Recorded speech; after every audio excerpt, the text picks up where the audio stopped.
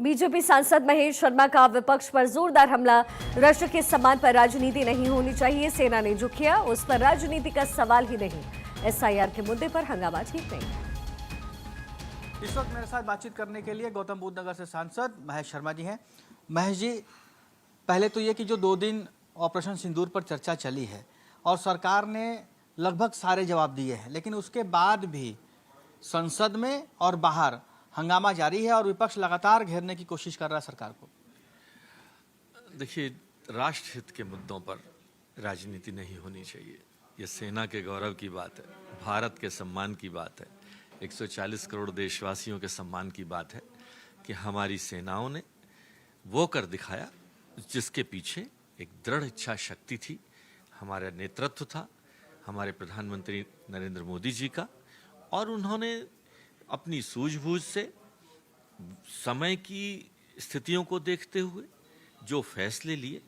ये वही वाली हालत होती है कि जब क्रिकेट के पिच पे कोई खड़ा होता है तो बाहर के लोग चिल्लाते हैं मार दे छक्का, लेकिन उसकी स्थिति तो जो क्रिकेट का खिलाड़ी बीच में खड़ा हुआ है वह समझता है ना कि सारी स्थितियां क्या हैं। और मैं समझता हूं कि जो कुछ प्रधानमंत्री जी ने फैसला किया उस वक्त वह भारत के लिए सटीक था, सफिशिएंट था, जितनी ज़रूरत थी उतना था। आज युद्ध में हम नहीं देख रहे हैं क्या? हमने कहा ना कि हमारा बुद्ध का समय है, युद्ध का नहीं है।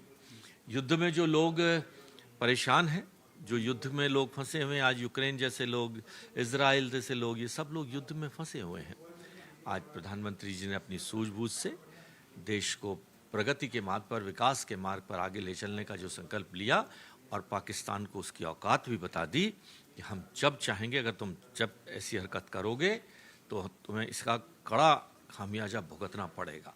एसआईआर के मुद्दे पर लगातार विरोध प्रदर्शन जारी है और बार बार ये विपक्ष आरोप लगा रहा है, खास करके बिहार से जो लोग आते हैं, कि बिहार चुनाव में वोट मैनेज करने की कोशिश की जा रही है। चुनाव आयोग के जरिए जानबूझकर वोट काटे जा रहे हैं और अपने हिसाब से वोट जोड़े जा रहे हैं।